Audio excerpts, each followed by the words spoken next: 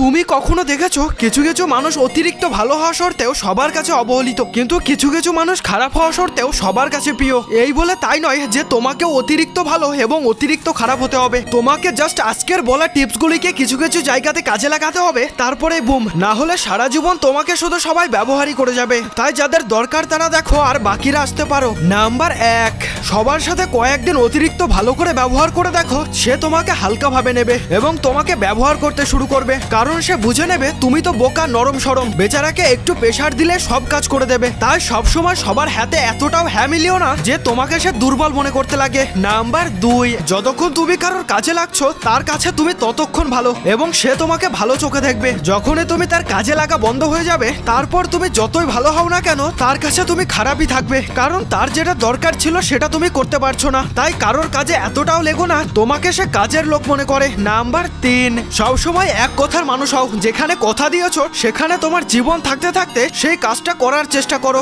এতে তোমার এবং তোমার মুখ দিয়ে বের হওয়া কথার মূল্য থাকবে, আর তোমাকে কেউ সস্তা ভাবে নেওয়ার আগে 100 বার ভাববে। নাম্বার 4, মানুষের সাথে এমন ভাবে চলতে শেখো যে সে তোমাকে ফেলে না দিতে পারে এবং তোমাকে ব্যবহারও না করতে পারে, কারণ এই জামানায় একটু খারাপ হলে ভালো হতে পারবা, আর অত্যন্ত ভালো হলে ব্যবহৃত হয়ে যাবা। তাই বি অ্যালার্ট।